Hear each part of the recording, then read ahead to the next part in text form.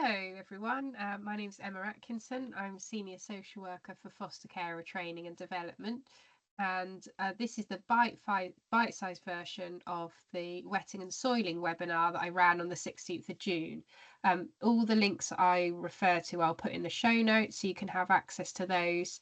And the purpose of the responsive webinars is to give a short, in-depth learning around a specific topic identified by foster carers. I always run them for an hour in the lunchtime so that it's easy for those who are at work, or easier for those who are at work, to attend. And if you have any ideas for a topic, please just drop me an email on emma.atkinson@eastsussex.gov.uk. Okay, so I always start these webinars thinking about curiosity, because that is the place that I want to come from for any of the topics that we talk about, that we're really thinking about the individual child and being curious about their individual experience. So this is an infographic from Beacon House, who've got some really good resources I'd highly recommend having a look at if you haven't already. So just to be clear about what we mean under the umbrella of wetting and soiling. So this is not a endless list, but hopefully gets the key ones that we see most of the time. So either nighttime bedwetting, daytime wetting, or referred to in the medical term as enuresis, or soiling themselves under the medical term encopresis, and that's with or without awareness. You could have smearing, you could have hiding poo. Sometimes in adolescence you get sanitary products as part of this behaviour as well, which feels quite linked.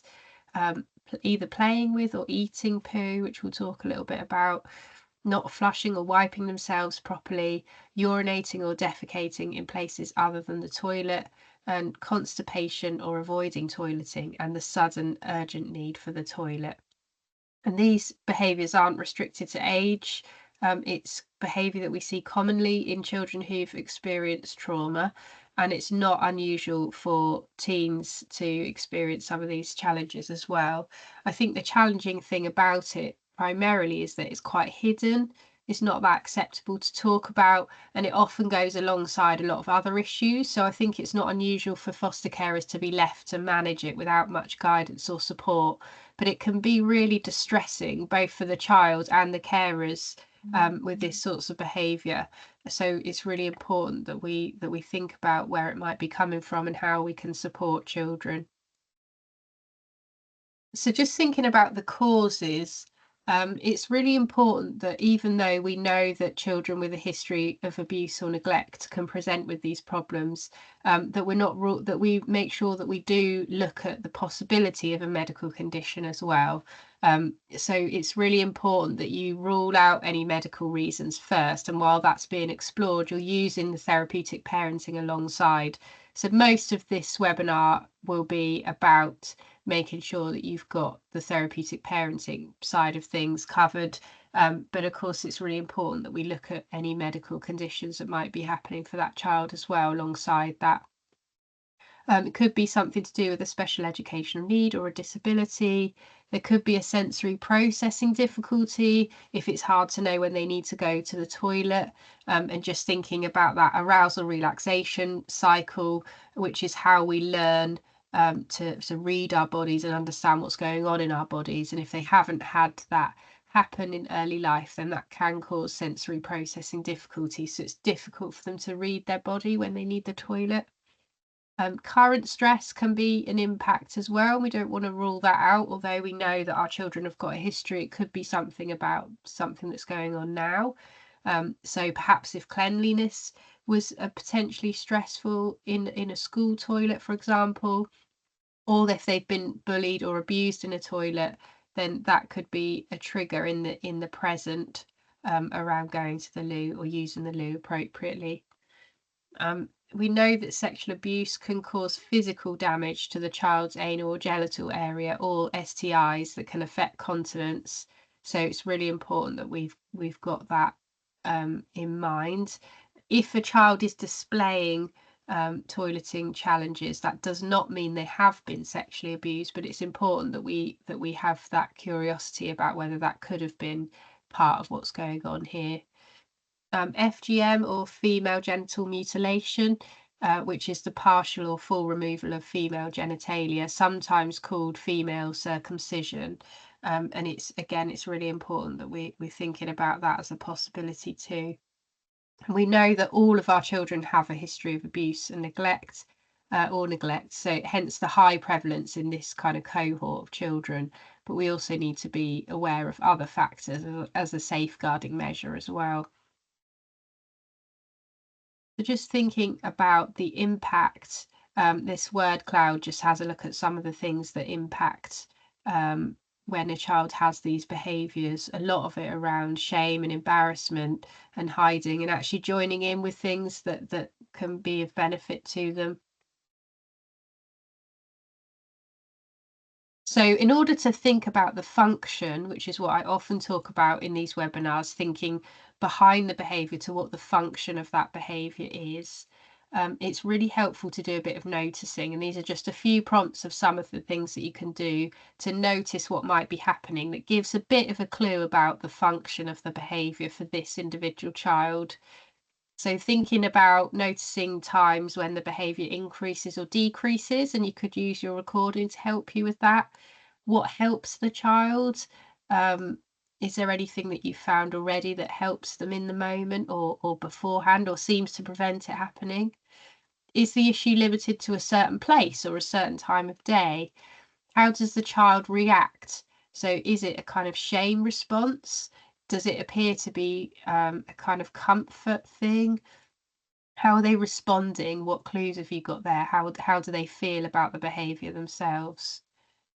What are they expecting from you? Sort of what reaction might they have had from adults in the past, for example? Do we know anything about their potty training experience and how they went? What reaction did they have from adults? They can give you really good clues.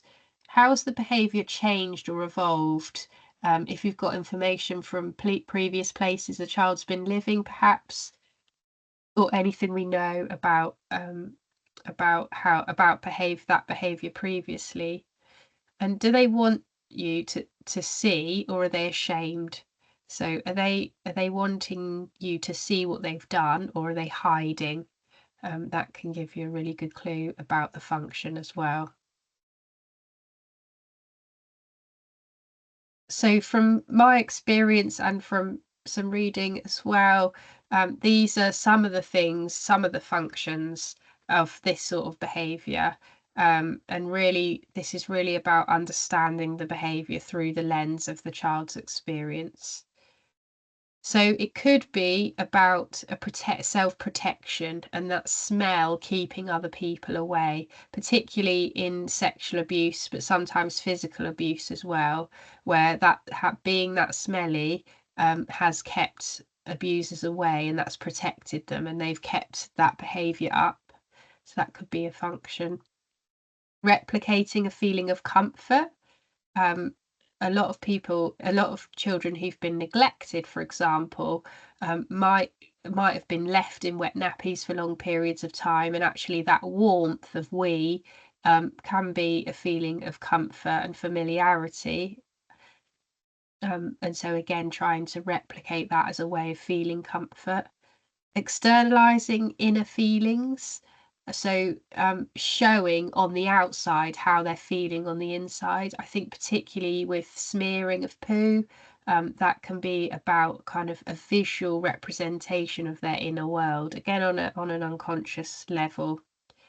Attachment seeking, and notice I've put attachment seeking, not attention seeking, because it's not about getting attention necessarily, but getting connection from somebody when they haven't got the words to say, I need help.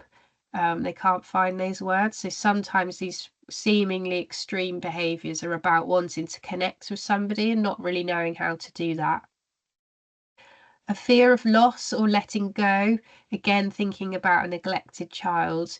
Perhaps they don't know where their next meal's going to come from, and they don't want to let go of that nourishment that's in their body. So sometimes that holding on to poo, for example, that can be about that, and about that fear of letting go. Shame or fear of punishment. Again, I've mentioned about perhaps previous potty training experiences or experiences from adults. Is there something there about a fear of punishment that is preventing them from behaving appropriately around the toilet? Discharging cortisol is an interesting one. So cortisol is one of the core stress hormones. And in a similar way to self-harm or someone making themselves sick, letting go of wee or poo can actually reduce cortisol. So sometimes it's about discharging that stressful feeling, and particularly I think where you're looking at this behavior happening in a particular time or a particular context, it can be about feeling very, very highly stressed, and actually this being a way of releasing some of that stress. And finally, thinking about control, and we'll have a look at that in a moment. But I think if you understand the function, you can from there work out how to support the child to have that need met in another way. So, for example, if the smell example at the beginning there, if the smell keeps others away, they could have some conversations about how else to protect themselves, what else might keep others away, what could they do if they're scared, who could they go to, who could they call. So just and even naming the need in that moment, that's what it appears they're doing, that really understanding the function of it is going to help you be much more targeted in your response of how it's managed. So just thinking through that example of control, if you felt the function was control, I'm just going to break down a few ideas about how you might approach that. And I think one of the common challenges in childhood trauma often relate to small things that children can control, especially children in the care system who often say they feel out of control, like they can't control what's going on in their own lives. And that small thing that any child can control is what goes in and what comes out. And I think that's when you often see toileting problems and food issues quite interlinked. And I have just put the link there to the equivalent webinar of this for food, because I think they often do come hand in hand. So just having to think about the broader aspect of other behaviours that they use to control.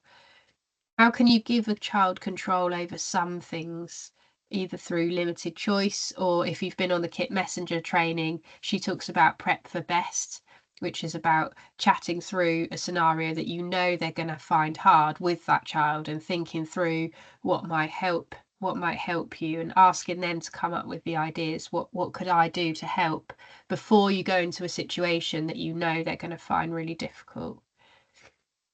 How can you also help them to feel safe in adult decision making and issues where it's not appropriate for a child to take control or make a decision? And we know that a lot of our children need structure, they need containment, but really naming that they find it hard to trust, and talking about the difference between adult decisions and children decisions, because we can't give children choice over everything. They don't understand the complexity of the decision. So some things need to really remain as an adult decision, but even naming that and really explaining it can help contain a child who is feeling very out of control. So just diving in there on one of those, and you can see how that could really make a difference to how you approach these sorts of behaviours in a way that's going to fit with that individual child. So these are just some other general ideas. I've called them tools rather than strategies, because I want to move away from the idea of there being a strategy for a behaviour. It's more about getting to the root cause of that behaviour and then naming the need and meeting their unmet needs. That's what we're aiming for here, which requires a lot more thought, but we can be much more targeted with our approach and response to the child as well. So some things that you can do: think toddler. So just getting into the mindset, if you've had a toddler before, no matter the age of this child now, what do children need when they're potty training? Well, they need quite a lot of structure. They need prompts about when they need to go to the toilet. they need clean clothes with them in a bag, and they need quite a quick response. So even with an older child who's perhaps wetting or soiling themselves when you're out and about, make sure you've got that kind of pack with you on a practical level, and thinking through, like, can I give prompts to help them if that's one of the issues there. Naming the need is really important. So if you feel like you've kind of done your noticing, and you understand a little bit about what the function is and what the need is that they're trying to meet, just trying to give some words to that and some language, because often these things are very unconscious and children don't really know why they're doing these behaviours, particularly something that is so built on shame around toileting, which I think it is for children because they get embarrassed.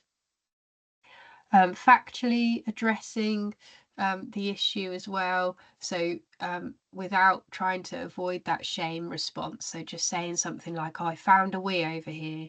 You must have some really hard feelings. So you're not ignoring it. You're saying that you've seen it, but you're not putting your own feeling onto that. And you're not asking lots of questions about why did you do it, because they probably don't know the answer anyway, and that's just going to increase shame for the child. Validating their feelings, which is just, that it must be really hard for you, and listening to what they say. Evidence of their goodness. So if you notice things out loud, especially if it is a shame and a concealment thing, giving a narrative when you do notice things that they've done really well, especially if they are in a position to accept praise. And you'll know your child well enough in terms of whether they can or they can't, but at their level of what they can accept, just really noticing quite specific things can be really powerful.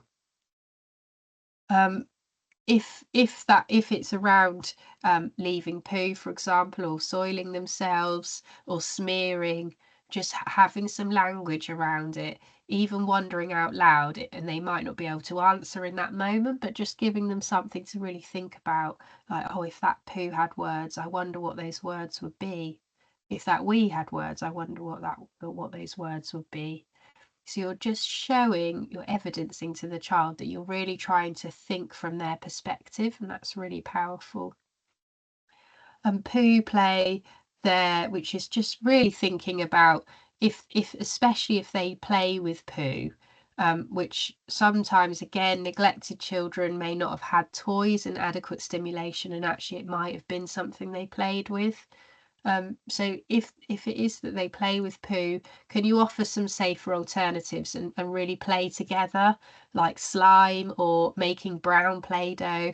And if they eat their poo, then put some cocoa powder in it or something and make it so it's a bit more tasty. And I think people worry that it might encourage the behaviour. But actually you're giving them a much nicer alternative, and it just helps them to explore. Play is all about exploring and making sense of. So if you can give them the tools for them to do that safely, that will be really beneficial.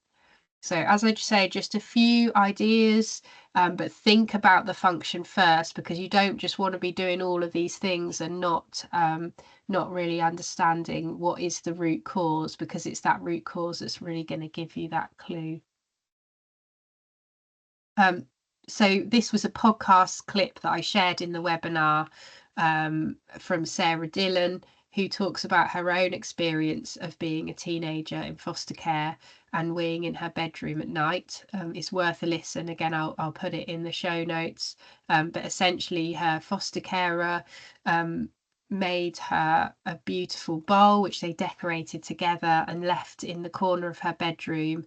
And her foster carer said to her, when you have a sad wee and you feel like you can't go to the toilet, do it in the bowl, and in the morning we'll pour it down the toilet together.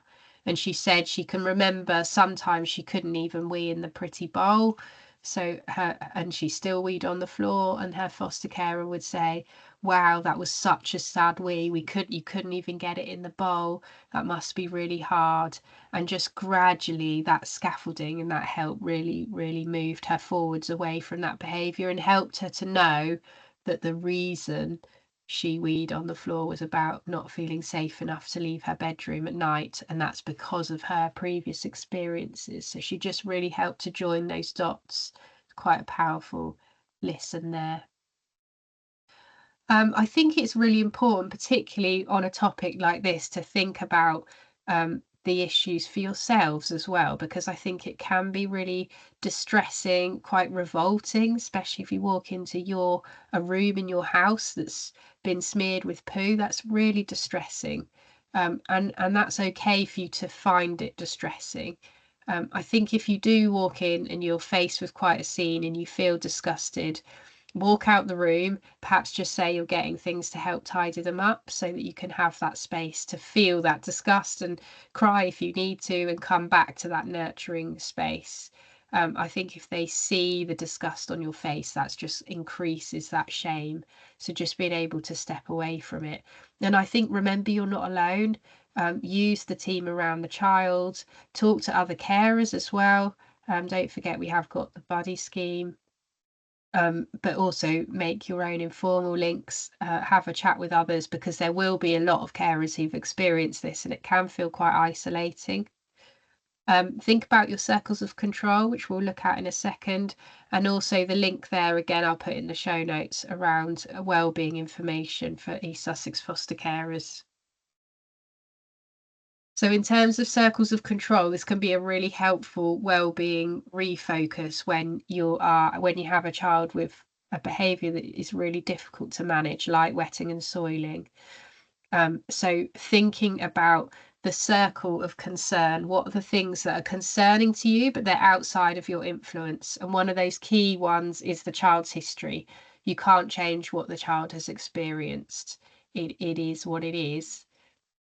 Then think about the things you can have an impact on. So you don't have a direct control of them, but you can have an impact. And this space is quite large, I think, around wetting and soiling and a lot of these behaviours. So you can change the environment around the child. You can give them tools and suggestions. You can advocate for what they need in other settings, like at school. Um, you can have an impact on other people's understanding, on how suggestions around how other people could respond and how it could be managed. And then you think about the things you couldn't control directly, which essentially is how you look after yourself and how you respond to the child and their behaviour. Those are the only two things that you really have control over as a foster carer, that you have direct, full control over. So really thinking about how you respond and how you're going to respond and your intention to respond, which won't always be perfect. We're all human, but how you want to respond to these things can be really powerful. So if we just come back to that word cloud around impact, and think about how you're going to respond to the child and which ones of those impact statements or words could you have an impact on yourself, so that you're kind of taking some of those away. And I'm thinking particularly around the embarrassment factor and the kind of maybe the school absenteeism. There's some impact there that you can make. The disgust, the self-esteem, the relationships, you can make sure that it doesn't have a detrimental impact on your relationship with the child. So just really thinking about how are you going to respond and how is that going to make a difference to this child and the impact that this behaviour has on them. How much can you support with that? Okay, and I usually just end on Dan Hughes's 24 S's, which is just a visual way of thinking about all the things that you want to increase and that you want to decrease within the context of therapeutic parenting. And then lastly, I've got the link to the Anytime Resource Bank, for the section on wetting and soiling, which has got all these links within it. Do have a look at the Anytime Resource Bank because there are loads of resources on there and it is all searchable too, and that's part of the Foster Carers Handbook. Okay, thanks very much for joining me today and I look forward to seeing you all again soon. All right, bye.